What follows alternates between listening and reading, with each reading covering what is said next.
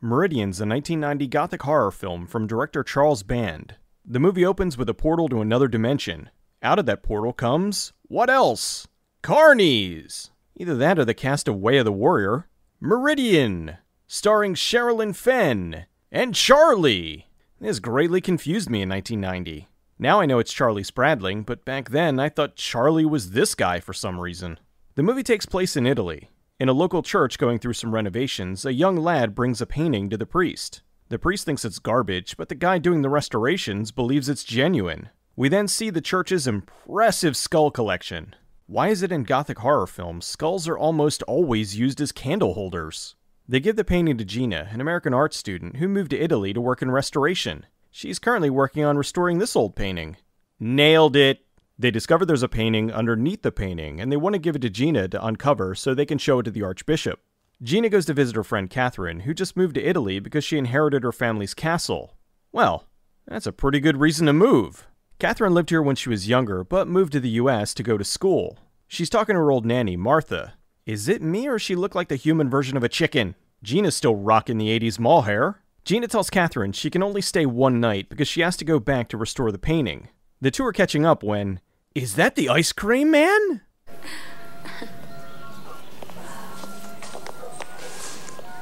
Gina sees a traveling carnival and convinces Catherine to go check it out. Whoa, I thought this was the beginning of Beat It for a second. The girls are walking through a park to the carnival. Catherine tells Gina the story of how the statues are really the enemies of a wizard who turned them all into stone. He must have been some sort of grand wizard. I think Sherilyn Fenn's having trouble with her lines. A wizard created the castle out of a mountain. The statue shows the curse of the person that sinned. They make their way to Favre's World of Wonders, and hey, there's the castle. They saw the caravan from one of these windows. Shouldn't they have arrived from this direction? Anyway, they get there late and still push their way to the front of the crowd.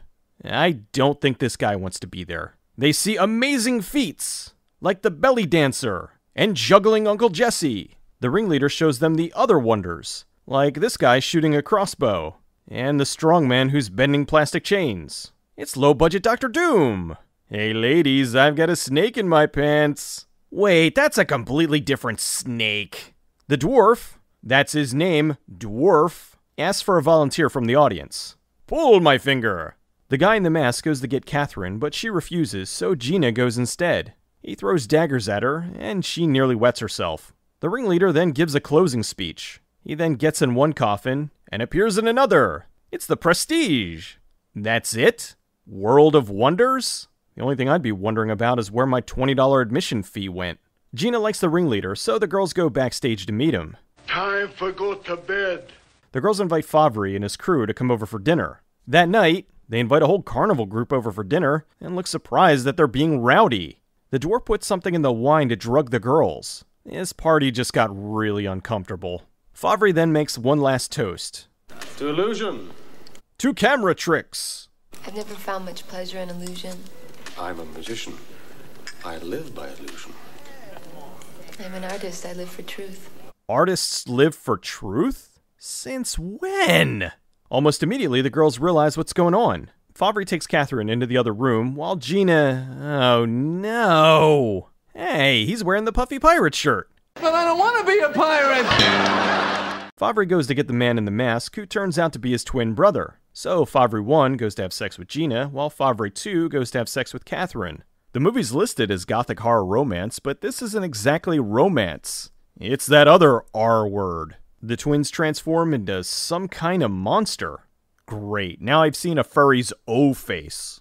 The next morning, why does it smell like dog in here? Gina comes to see Catherine. That's one way to make sure you don't lose your keys. The two try to figure out what happened last night, but they can't remember. Gina leaves to go back to work on the painting. Later that day... Hello? Is it me you're looking for? Catherine hears a noise in the castle. She investigates and finds a girl who's been stabbed to death, but it's just an illusion. The two brothers are talking. Oliver, the good one, and Lawrence, the bad one. Oliver says that Catherine's the one who's going to break the curse. Lawrence says he won't let that happen. Catherine goes for a walk and runs into Oliver. I wanted to apologize. I'm really sorry for that whole drugging you for sex thing. Gina's working on the painting and finds Catherine's castle underneath. Catherine has more visions of the girl in white. She follows her around the castle. This place really could use some furniture. She finds a portal to hell, I think. The Beast walks in with the body of the girl in white. This is how I feel after not shaving for a few days. Martha tells her about the girl in white. She was her father's sister. She met Favre years ago and was later murdered. They sent Catherine to America so she wouldn't suffer the same fate. That didn't work out so well. She's already run into him and it's only been 2 days. Lawrence shows up and beats up Catherine, but the Beast saves her. Gina uncovers some more of the painting. Kath. Oh, now how does she know this is Catherine? Catherine's spending some time with the Beast. You know, he loves it when you scratch him behind the ears. Are we witnessing the origin of yiffing? This might also fall under Bigfoot porn. Oh yes, that's a thing. Oliver and Lawrence are talking. He tells him that only love can slay the Beast and break the curse. Catherine puts on her sexiest dress and tries to open the portal. Oliver comes out and tells Catherine about the curse. Lawrence killed the first lady of the castle, so her father, the wizard, put a curse on both of them. He tells her the only one who can slay the Beast is the lady of the castle. Catherine goes to the church to confess her sins. Perdonami, padre, perché ho peccato. It's all right. You can speak English.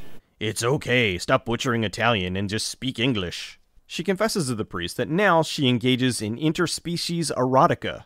While leaving the church, the priest tells Catherine that Martha's been dead for 6 months. Gina uncovers the painting and sees the prophecy. Catherine decides to leave and go back to America. Martha confirms that she is indeed a ghost. I'm frightened. Of what? Let's see, the fact that there's some sort of hell portal in the house? How about constant visions of a dead girl? Sex with Bigfoot? Oh, I know! Everyone in the house is a ghost! Oh, love. She's afraid of love. Martha then fades into the hallway. Well, gotta go kill my one true love. Guess I should get all nice and dolled up for it. She sees Lawrence killing the girl in white and realizes that he's the Beast. She talks to Oliver about breaking the curse. Uh-oh, it's really Lawrence. Oliver goes to shoot him, but the dwarf whips the crossbow out of his hands. Gina gives him back the crossbow, and he kills Lawrence. This breaks their connection and frees Oliver from the curse. Now with the curse broken, Oliver, Catherine, and the circus go back into the time portal. Hey guys, what about me? The movie was filmed in and around Jovi Castle in Italy. Full Moon head Charles Band was traveling through Italy when he first discovered the location. Nearby the castle was the park full of monster sculptures. He loved the location, but didn't have any projects that were right for it at the time. He thought about it and roughly 10 years later came up with the concept that would eventually become Meridian. Meridian, also known as Meridian Kiss of the Beast, was the second film released under the Full Moon banner. The first was the original Puppet Master in 1989, and this a year later. The movie starred Sherilyn Fenn in one of her earlier roles. Previously, she starred in Thrashin', The Wraith, and Zombie High. Shortly after the film, she starred in the TV series Twin Peaks, which didn't do well at the time, but since has become a major cult favorite. She's done tons of work since, and just had a role in the horror film Wish Upon. She took the role in Meridian because she grew up on fairy tales and loved being able to be in one. This was Charlie Spradling's first in a long line of Full Moon films. Charlie worked with Fenn again in Twin Peaks and Wild at Heart.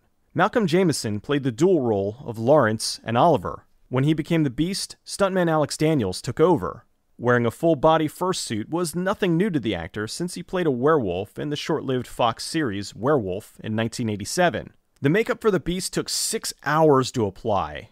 Meridian is one of the many reasons I love Full Moon. While it's not one of their best, I appreciate the fact that they were trying all sorts of different subgenres in horror and sci-fi. In this case, it was an erotic horror love story. I also like that it was a one and done. While so many Full Moon features were set up to follow the serial model, this was a self-contained story. Really, there was nowhere they could have gone after this. It's a peculiar film where the hero is really Catherine as she's trying to break the curse of Oliver and Lawrence. And let's face it, Lawrence was the evil one, but Oliver was no saint either.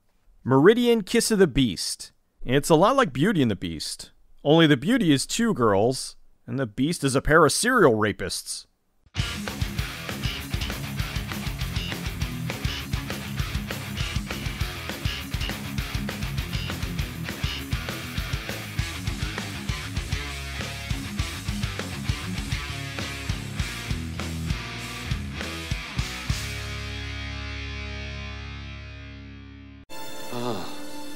A modern woman. But I'm an old-fashioned man. Oh.